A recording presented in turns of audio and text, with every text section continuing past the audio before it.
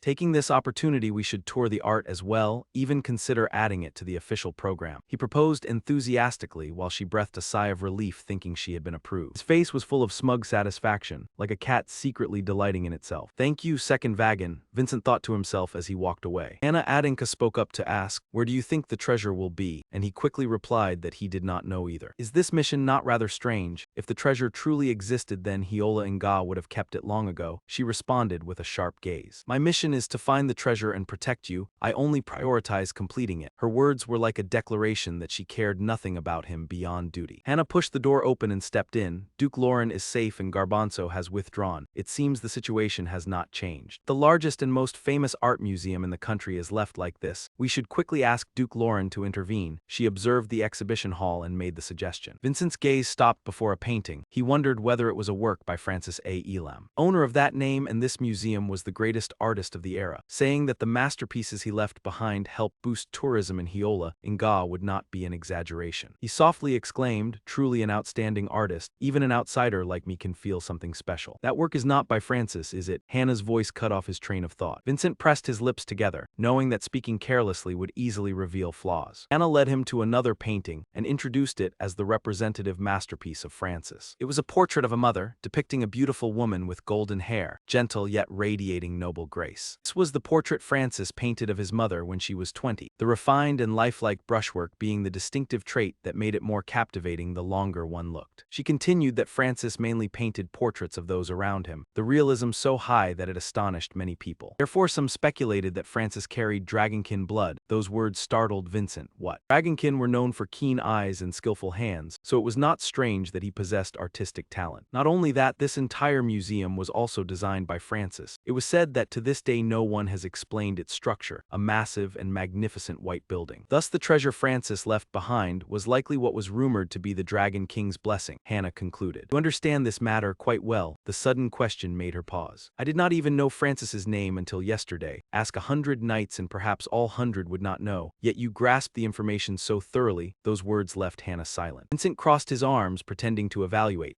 Francis's works are not that exceptional. The portrait I received from you at 9 was even more impressive. If you had continued painting, perhaps you would have reached this level. His words fell like a hammer blow, causing her expression to collapse instantly. The aura around her suddenly flared. She clenched her hand and stepped close to him. Vincent remained calm with his arms crossed, not wavering at all. If you hold a sword yet look elsewhere, then who can you protect? Continue to attack, swinging your sword recklessly and leaving all judgment to others. What will be the consequence? You almost endangered Duke Lauren and made the people of Yahello and Ga suffer. You were used by Garbanzo and even let the subduing dragon army nearly drag the 6 halls into trouble. His voice was calm as if telling a story. You did not achieve your dream and could not even wield the sword properly. Each word like a needle made Hannah tremble. When Vincent said she was just a stubborn child, the memory of someone else who once said the same surfaced. What can you do now? Hidden truth laid bare truly enraged her whole body seeming out of control as she ground her teeth audibly. Hannah swung her sword fiercely, as if venting all the anger in her heart. Vincent still stood there with his arms crossed, showing no fear at all. Very quickly she could no longer advance, her figure swaying in helplessness. Seeing that, he let out a soft sigh. Perhaps you should put in a little more strength. Hannah choked with anger, bracing her sword against the floor to keep from collapsing. Why are you mocking me? She shouted violently. As you said, I am in turmoil, so what